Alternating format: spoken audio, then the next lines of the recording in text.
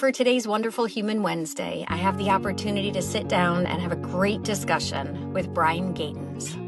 Enjoy. Brian, how are you doing today? That's good to see you. How are you? Thanks for having me on the show. I appreciate it. I'm so happy you had time. I'm doing great. I'm, still in PT all my life, as Keep you better. know, Yes. and we're Yep. going to talk about. But yeah, I'm really excited for you to kind of just for folks to get to know you a little bit better and know what a wonderful human you are. Well, the first question is light and bright before we jump into the heavy stuff. So tell us, what are like some of your passions and hobbies? Like what do you love? Definitely for the past almost 25 years, I've been a very, very active outdoor endurance athlete. I've done a lot of big stuff outdoors, a lot of fun stuff outdoors, a lot of exciting things to do.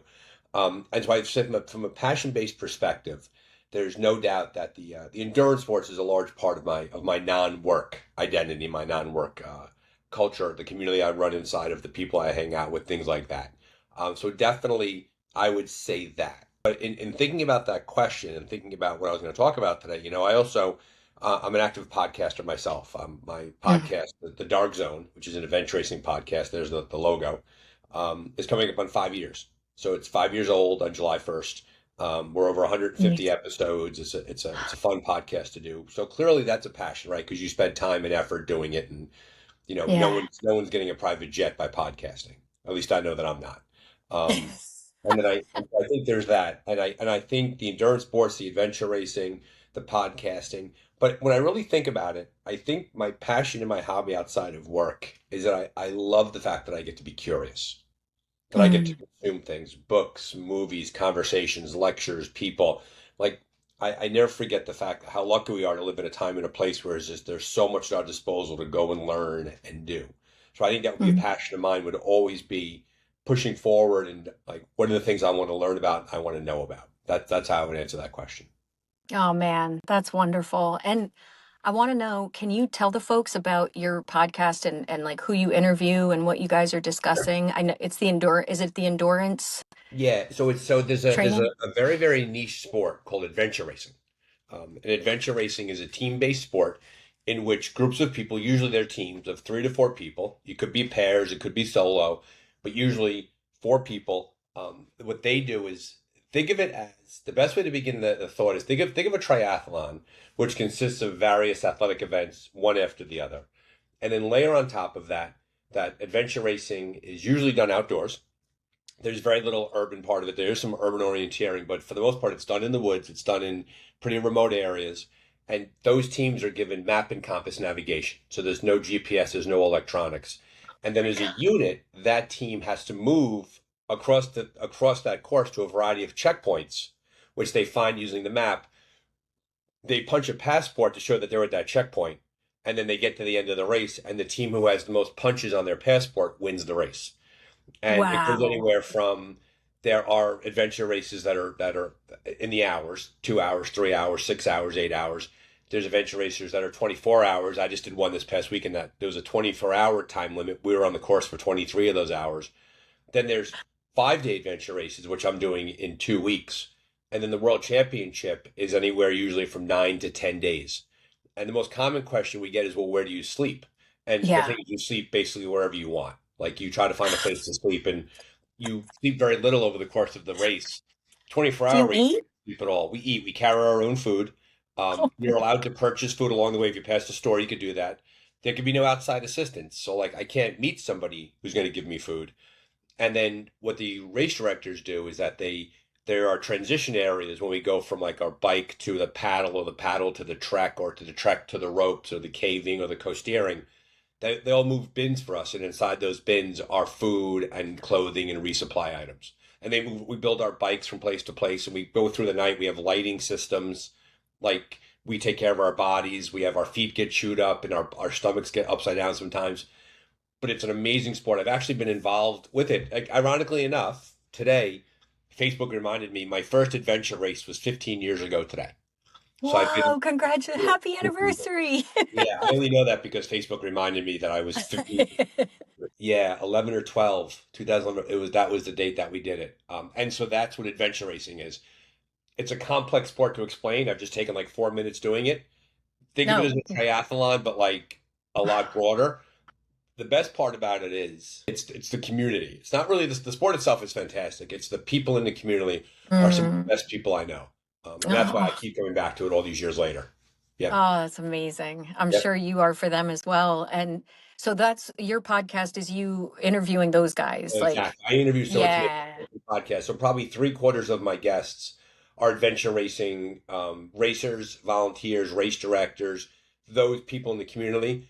I save about a quarter of my podcasts for adventure people, like folks who just Hmm. do adventures, because I like to give the perspective from other sports. So I had a person who's a caver on. He was great.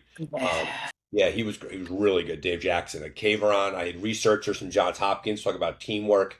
I had Megan Hakkinen, who was a champion in ultra endurance and ultra cycling Oh, racer. She was on. What's cool about it too, I always like to point out, is one of the rules of the sport is that from the very, very beginning of the sport, in order to qualify for the prize money, in order to be at the top of the podium, you need to be a mixed gender team. mm, But that that's so, nice. so that means basically so it could be any combination of how that looks, but a single Excellent. gender team does not qualify, and to be in the premier division, it's mixed gender, which is Okay. looking back on it now was an incredibly prescient move by the early founders of the sport by making that the premier division. Because Mm, what it did was it created the gateway for women to participate.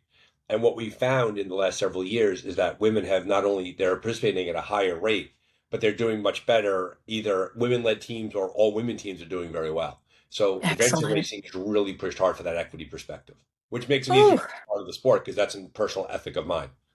good. Yeah, That's amazing. Thank you. yeah. Yes, yes. Okay, so I'm going to be listening to your podcast like from here on out. That's It's super incredible. niche. I mean, thank you, but you gotta be into the sport. It's a niche. Yeah, but you know what? For normies like me, sometimes like I'll watch documentaries about ultra marathoners Yeah. and I find it absolutely fascinating. I know you like to collect content here for stuff to recommend and do. On Yeah, on that spot, I would please. recommend to your readers.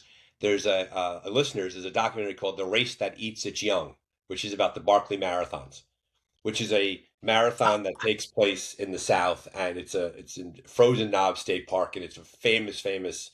Lazarus Lake is the race director. It's this mythical race. So the race that eats its young is a fascinating documentary. Jasmine That's an amazing. Paris was the first female finisher of that race last year. Wow. It's a very very hard race. I mean, I'm it's gonna watch that. What is an event that you can think of in your life that changed the course of it? right, it's interesting, right?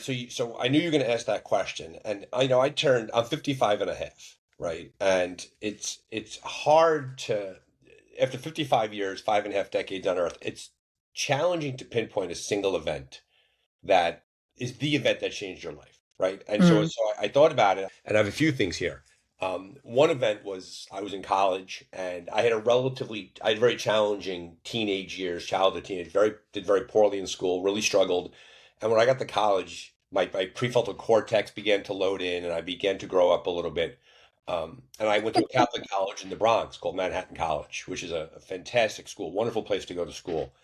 And the cornerstone, which was the campus ministry, and I really wasn't a wildly strong practicing Catholic, and I'm still not even to this day. I mean, the church and I have our issues, but I consider myself Catholic.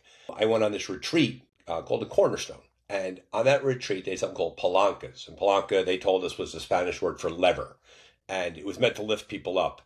And what they did was without telling you they were doing this, they reached out to everybody in your life, your parents, your friends, your aunts, your uncles, and they asked them to write letters to you about what you meant to them.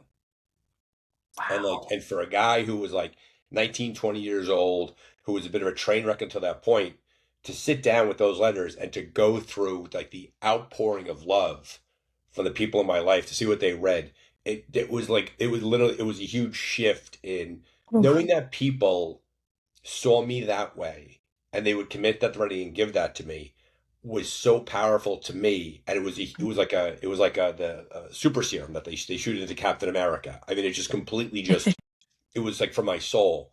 And the lesson I took out of that is that I always make certain that people know how valuable they are to me. Like everybody in my life, if I think that they're the greatest and I love them and I care about them, they know it.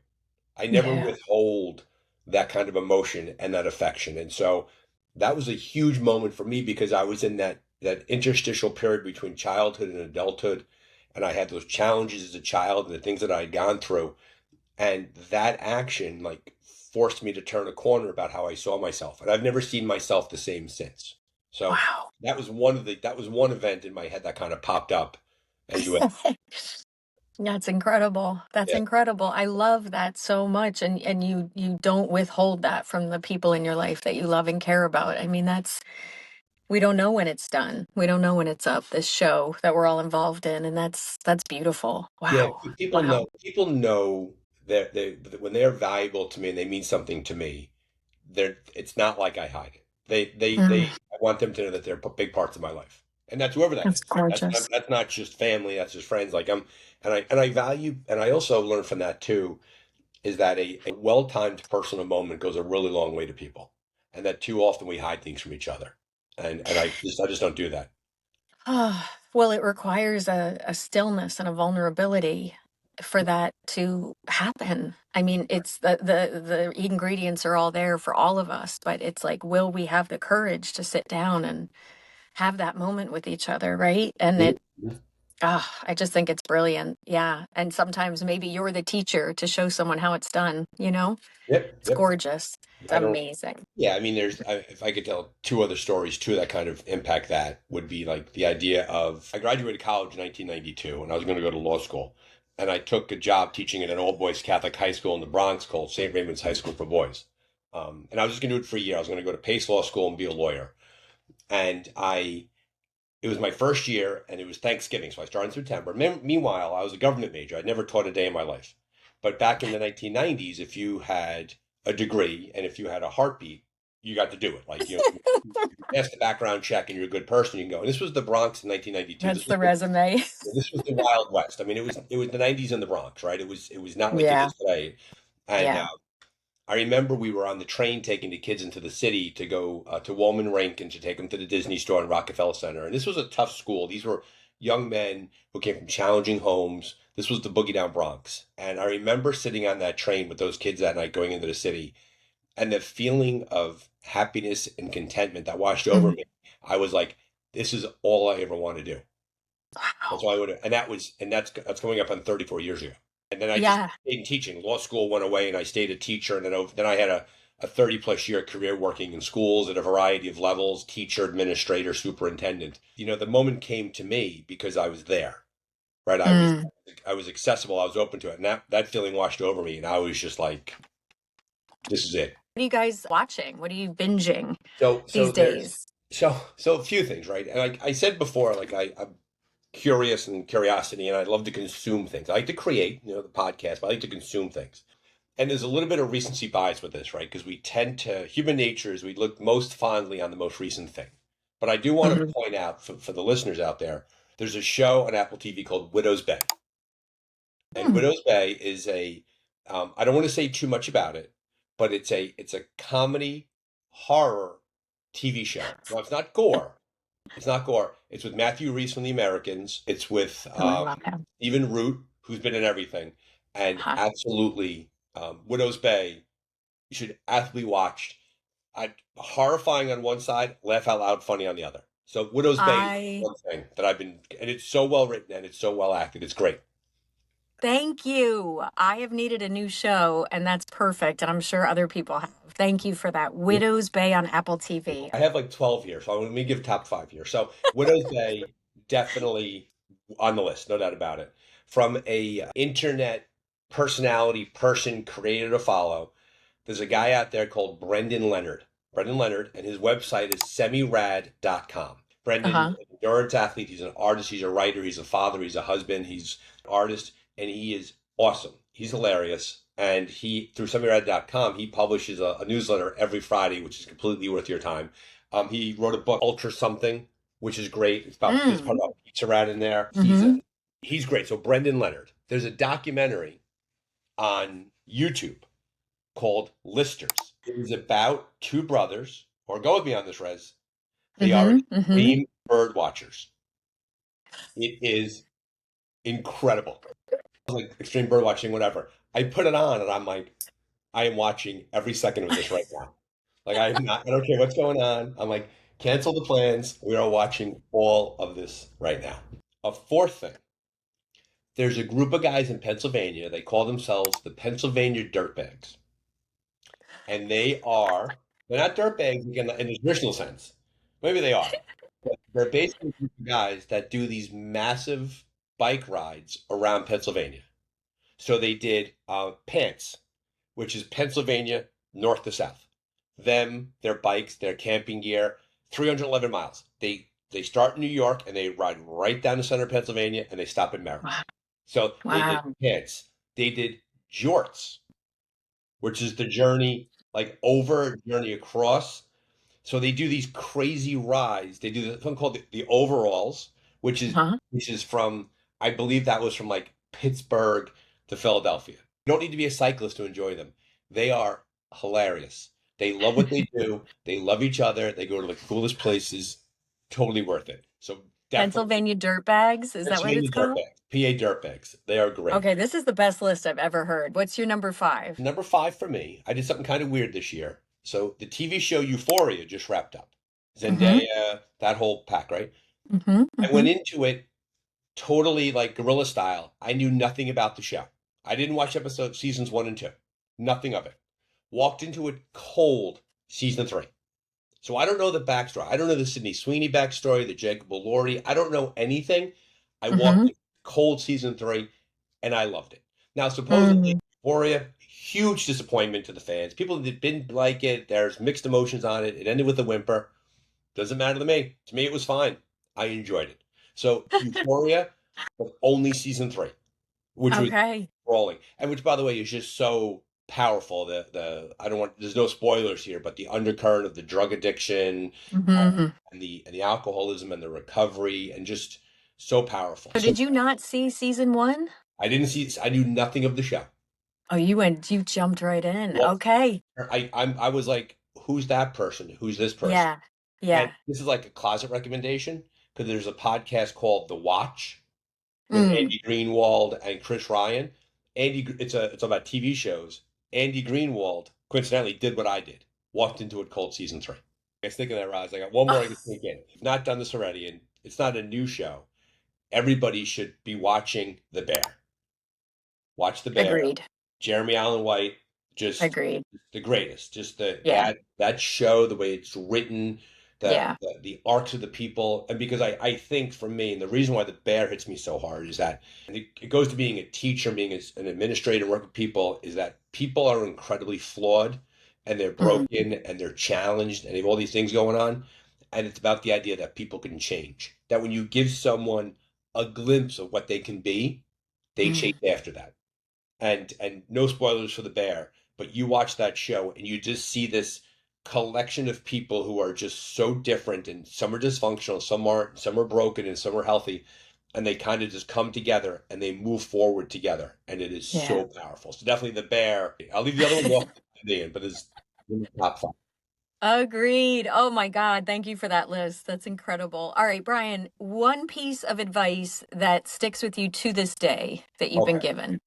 The first thing when I was younger, when I was told, and this was advice given by my father, who was just the greatest guy in the world, and God rest his soul, Mm. he's gone 10 years now. He was the best. He reinforced to me that we were all works in progress. That Yeah. nobody, no matter how put together they are, or how healthy they look, or how whatever they might appear to be, they are evolving and changing, and I was evolving and changing, and I had to be just recognize that about myself. That we're Mm. all works in progress. Everybody is tripping, stumbling, moving towards being a better version of themselves. Um, what married to that too was the idea that he also reinforced the idea, and this was through my family. My family grew up very poor. My mother and my Mm. father were in the Irish ghetto. My father didn't graduate high school. My mother graduated nursing school when I was in seventh grade, Mm. and I have advanced degrees, right? And so that trajectory of life, that hard work goes a really long way. That hard work makes up for a lot of deficits. Yeah. Like, may not be the smartest guy in the world, but hard work goes a long, long way. And then the third thing was the idea of, and this was another one for my family, was to hang in there with people. That people are complex and they're challenging and they will fail you and they will hurt you and they will make bad decisions. But it's okay to be a second chance, a third chance. Is the bar to cut somebody out of your life had to be really, really, really high. That we Mm, had to hang in there with people. And there's actually a really good documentary about that called The Saint of Second Chances, which is mm, about a baseball promoter. It's a true story where things went really bad and how he came back from a huge failure. The Saint of Second Chance. mm. So that's the advice that I was given that stuck with me. Damn, that's profound. The last one, was that taught to you by your family that you hang in Yeah, there? yeah, definitely my family. Definitely like a lot of us. I come from a complex, Yeah, challenging family with a lot of issues, a lot of things going on, and as a result of yeah, that, like we had members of the family that would simultaneously, you know, they would make good decisions, bad decisions, but they were still parts of the family. So you had to hang in there with them. You had to be part of them. That was a huge part of that. A situation one time, I'm going to pretend the name of Tom. Let's say use Tom. I had a cousin Tom one time that was really, really having a hard time making a lot of bad decisions, and my father and I were talking about him. And my dad said to me in no uncertain terms, Tom might be an asshole, but he's our asshole, mm. which I is a love that. part of our family. This is like he's part of the tribe. He's one of us, and we're not gonna exercise him. We're gonna take care of him, help along the way, and that's been hard over the years with complex situations. But at the end of the day, like you got to hang in. You got to believe in people. As long as there's breath, there's Yeah. hope. We would say. Wow. Thank you for that. I just feel like I went to the best seminar. As you were saying those things, I was going back to you being 19 years old and the letters that were written to you by people that loved you and really saw you, and how that helped you develop as a man and a human, and what a good human you are. And there's that And there's that paradox of the fact that I didn't believe in myself, but I yeah, knew that they believed in me, and therefore I began to believe in myself. Like the fact yeah. that, and I think that's a powerful thing. I think it's important to remember if someone's struggling, going through a hard time, that there are Hmm. people out there that are rooting for your success. They're working for your success. They want to take care of, they want you to be okay. They want you to make good decisions, and they are absolutely in on your side. Mm. And the trick is to know that they're out there and that their belief in you is enough for you to hang in there. I've Mm. always remembered that. What about the ones that don't? What about the ones that say they do believe in you and then they let you go? Yeah, I mean, people are complex, right? I mean, They're complex. not everybody lives and acts with the best of intentions, right? But if you think about it, if you approach any interaction guarding yourself and preventing yourself from getting hurt, you also shut yourself off to the wonder of true connection and people really caring for you. Yeah. you know and it's hard though. It's Yeah. very hard though because trauma and wound and pain and loss Totally. is really, really, really hard. And so sometimes it's safer to shut yourself down, but you leave a lot on the table if you do that because you never open yourself. Yeah, you miss a lot of happiness and joy. Yeah. Yeah, agreed. Mm, Beautifully said. yeah. Hey, buddy, do you have like a project or a race coming up that we can promote for you? So I've mentioned the Dark Zone podcast, right? So it could always that's ongoing. We're doing a pretty cool thing. So the race I'm doing in July is called the Endless Mountains, and I know the race directors very well. It's Rootstock Racing. It's up in Vermont. 5-day race, 120 hours. I I'm love those. giving the race directors the keys to the podcast, and they're going to make an in-race podcast of their race, which they're going to host on my Oh, platform. So oh, kind of a that's so funky cool. little cool thing, and they'll do great. I mean, but it's a bit of a risk on my part because I'm giving them access to my audience. I believe in that. I wrote a book called The Splendid Torch. It's not a very large book. It's vignettes and it's short stories and it's 10 lessons for newer teachers. We put the Kindle Mm, version out. It proved pretty popular on Kindle. So I'm working with a graphic designer to make a paperback version.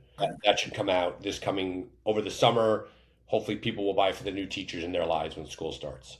And mm, then the third thing I'm working on is I volunteer and I work with Ascend Athletics, which is mm, a NGO that works out of Afghanistan and Pakistan with young women and girls. And there's Marina Legree is the executive director. I've had her on the show twice, maybe three times, and I'm helping them develop a podcast where Marina is going to tell the story of Ascend Athletics escaped from Kabul in August of 2021 when Kabul fell to the Taliban.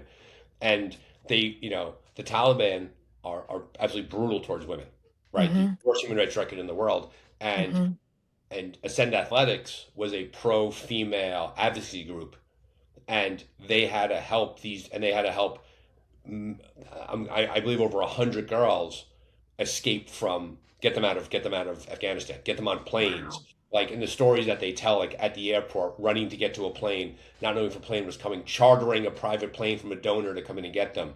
Oh my And so God. Marina is being interviewed by a woman named Tammy Thorpe, and I'm helping to produce that. I have no speaking role on Wow. that, but I have a little my LLC is called Six Lousy Minutes Productions. Six Lousy Minutes is acting as the, which by the way is a movie reference. If you can guess it, I'd be very impressed. Um, Six Lousy Minutes is helping Ascend create that. That's the big project I'm working on.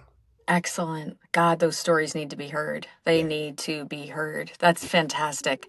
Brian, it was an absolute joy to talk and mostly listen to you today because I learned so I'm a much. talker. Yeah, and thank God because you taught me so much, and I know people are going to get so much from this podcast. Thank you. Well, thank you, Rez. I appreciate it. And thank you to all your listeners out there. Absolutely.